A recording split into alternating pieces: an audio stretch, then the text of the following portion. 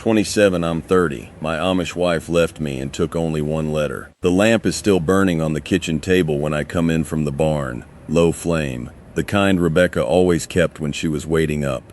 But she isn't waiting up. There's one envelope on the table. White. My name on the front in her handwriting. The small, careful kind she used for letters to her mother. I can smell the chamomile she must have brewed before she left. The cup is still warm when I touch it with the back of my hand. Still warm. I don't open the letter. Not yet. I stand there in my boots with the snow melting onto the floor she scrubbed yesterday, and I look at the empty hook by the door where her bonnet used to hang. The peg is bare. The wood underneath is darker than the wood around it.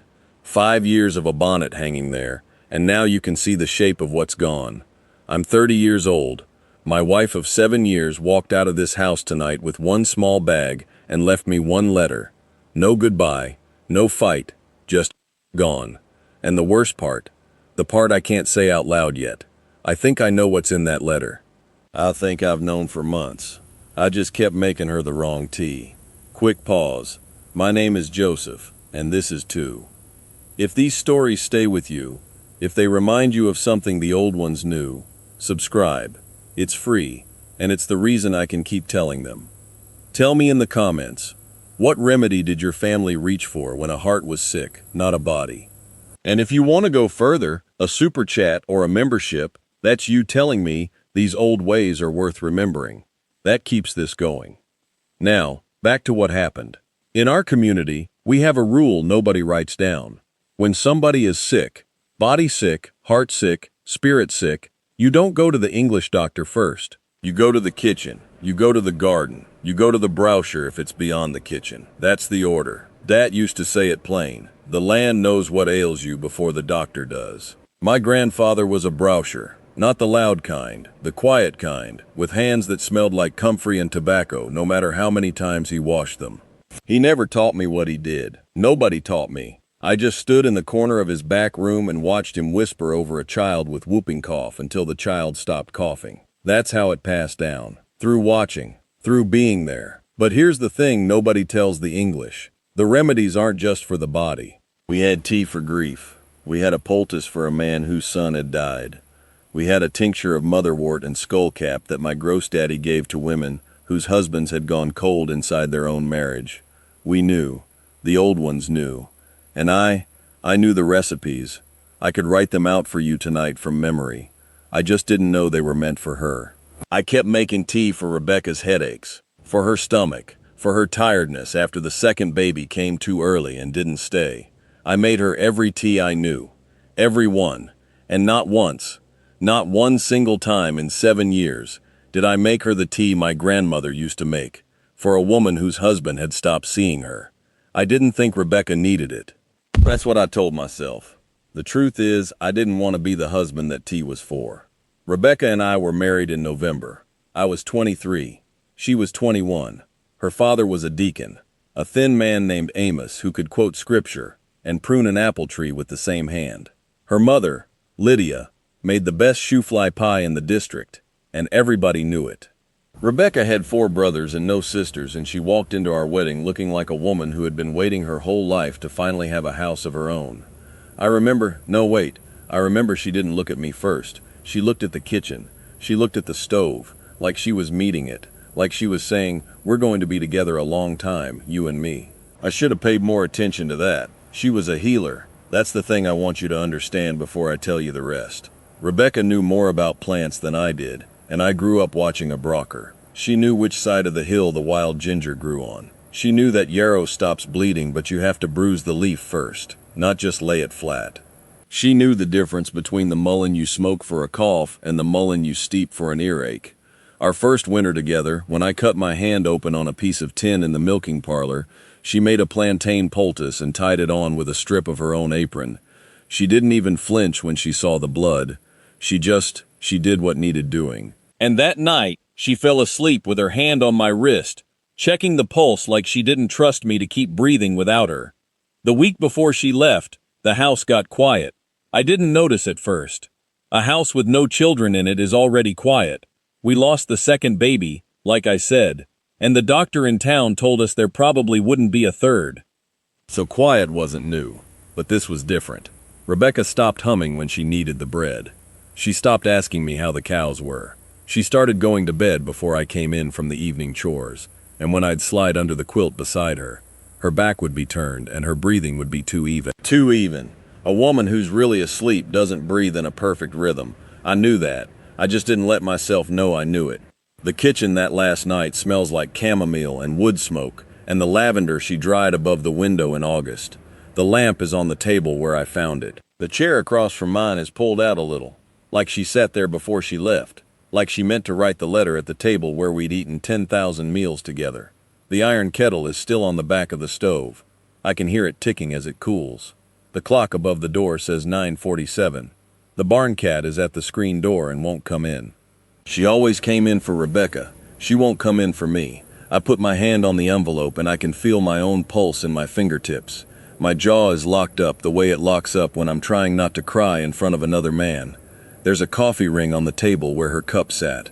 Just one ring. She drank it all. She finished her tea before she left. I keep thinking about that. She finished it. She sat in this chair and she drank the whole cup. And then she stood up and she walked out of our marriage. And I wasn't here. I was in the barn putting iodine on a heifer's hoof. I was tending to an animal while my wife was leaving me. I opened the letter. My hands are steady, which surprises me. The paper smells like her, like the cedar chest where she kept her stationery. There's one page.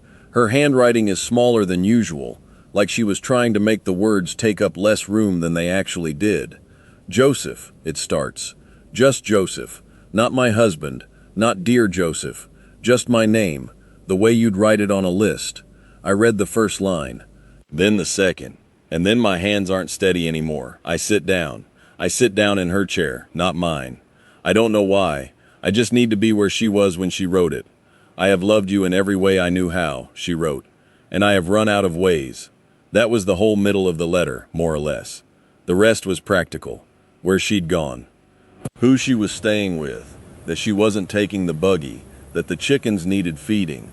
That she was sorry. And then the last line. The line that broke something in me I didn't know could still break. You were always making me tea for the wrong sickness. That's what she wrote. 8 words. I read it 3 times before I understood. And then I understood all at once. The way you understand a barn is on fire when you finally smell the smoke. She knew. She had known. She had been telling me, in the only language we both spoke, the language of the body, the language of remedies, that something inside her was dying, and I had been treating her stomach. Her head, her tiredness. I had been treating the symptoms a husband is allowed to see, and she had been waiting, cup after cup, for me to make the one tea that meant, I see you. I see what's actually wrong, and I never did. Here's the part I'm still working out. The part I'm not sure I'll ever finish working out. In our community, a woman doesn't say I am lonely in my marriage. She doesn't say my husband has stopped looking at me. Those aren't words we use. We don't have them. Or we have them, but they belong to the English, and using them feels like betrayal. So Rebecca did what Amish women have done for 200 years. She spoke through the kitchen. She left the motherwort jar out on the counter for 3 days in a row, and I put it back in the cupboard without asking why. She brewed skullcap for herself one evening, and I asked if she had a headache. She said no. I didn't ask again. I didn't ask the second question. That's the whole story, really. I didn't ask the second question. My grandfather would have asked it. That's what I keep coming back to. Gross Daddy would have walked into that kitchen, seen the motherwort on the counter, and sat down across from her without a word. He would have waited. He had a way of waiting that pulled the truth out of people, the way a poultice pulls the poison out of a wound. He wasn't a hard man. I need you to understand that. He knew that some sicknesses don't announce themselves. Some sicknesses set the jar on the counter and wait for somebody to notice, and the somebody is supposed to be the husband. The somebody was supposed to be me. I had every recipe in my head and not 1 ounce of the attention it takes to know which one to use. That's what I lost her with. Not cruelty, not cold. Just, I stopped looking. I stopped looking at my own wife. The first month after she left, I made tea every night. I don't know why. I'd come in from the barn, wash my hands, put the kettle on, and stand at the counter staring at the jars she'd labeled in her own handwriting. Chamomile, nettle, red raspberry, motherwort. I'd pull one down. I'd brew a cup. I'd set it on the table across from my chair, and I'd let it go cold every night for 31 nights. I counted. I'm not proud of counting, but I counted. It was the only conversation I had with her. I made the tea, she didn't drink it, and we sat together in the silence that used to be a marriage. One night I actually laughed out loud at myself. A dry, mean little laugh, because I realized I had finally started making her the right teas. Motherwort, skullcap, lemon balm, the ones for a heart that's tired of waiting. 3 months too late. The land doesn't lie, Dat used to say, but a husband can lie to himself for years. My brother Eli came over one Saturday to help me patch the roof on the spring house. He's 2 years older than me, married to a woman named Hannah, 3 children, a 4th on the way. We worked all morning without saying much. Around noon I made us coffee and we sat on the back step and he looked at the empty clothesline and he said, "Hannah cried for a month last spring." That's all he said. 7 words. I didn't ask why. I didn't have to. He looked at me sideways and he said, "I almost didn't notice." And then he said, "I'm noticing now." He drank his coffee. He went back to the roof. That was the whole conversation. But I understood something then that I hadn't understood before. This wasn't just me. This was a thing that happened to men in our community. A quiet thing. A thing we didn't have words for, so we didn't talk about it. And because we didn't talk about it, we didn't see it coming. Eli almost lost Hannah. He just noticed in time. I didn't. There was an old man in our district named Mose Yoder, 81 years old, hands like tree roots, married to the same woman for 60 years. After the church meal one Sunday, he pulled me aside by the woodpile. He didn't say he was sorry about Rebecca. Nobody said they were sorry. That's not how we do it. He just said, "My Edna left me once, 1968. Came back after 11 days. He looked at the woodpile, not at me. I didn't ask her why she came back. That was my second mistake." And then he walked away. 11 days. 60 years of marriage, and he was still counting the 11 days. 4 winters later. I don't mean 4 winters from then. I mean 4 winters from the night Rebecca left. I would understand what Mose was really telling me. He was telling me that the silence doesn't end when she comes home. He was telling me that the work starts there. By the time I was 34, I had learned more from that 1 minute by the woodpile than from any sermon I ever heard. It's a Tuesday in March when I finally find the word. I'm in the feed store in town, the English one, waiting for a bag of cracked corn, and there's a woman ahead of me at the counter holding a small book. The cover is plain, green, no picture. She sets it down to dig for her wallet, and I read the title upside down. Emotional Neglect, 2 words. I don't know what makes me reach for it. My hand just goes. I pick it up. I open to a page in the middle. I read 1 sentence. Emotional neglect is not what was done to you. It is what was never done for you. I'm standing in a feed store in my work coat, with hay still in the cuff of my pants, and I can't breathe. I can't breathe. The woman is staring at me. I put the book back. I pay for my corn. I drive the buggy home with my hands shaking on the reins, and I don't remember any of the road. That night I sat at the kitchen table, and I tried to say it out loud. Emotional neglect. The words felt English in my mouth, foreign, like a tool I didn't know how to hold. But underneath the foreign sound was something I recognized. It was the name of the tea Rebecca had been waiting for. It was the name of the sickness she'd been setting on the counter for 3 years. The boy who married her at 23, that boy didn't know this word existed.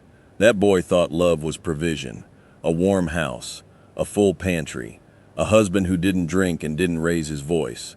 That boy thought if he did the chores and read the scripture and came home every night, he was being a good husband.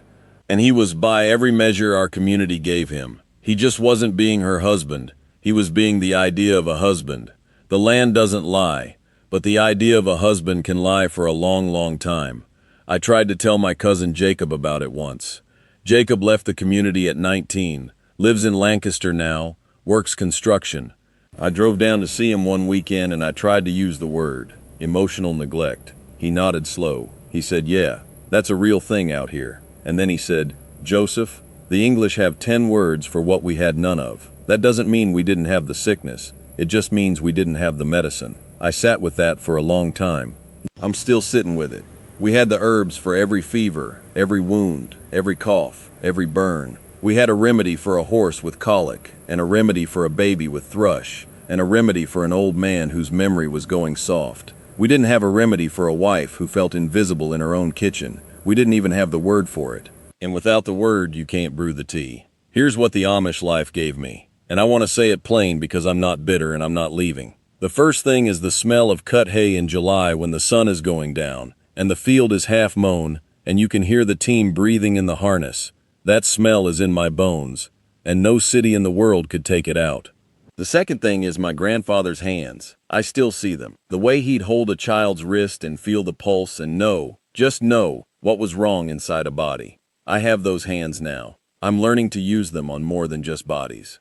The third thing is the knowing that the land knows, that plants are older than us and wiser than us, and that healing is not something you do to a person, it's something you make room for. Rebecca taught me that.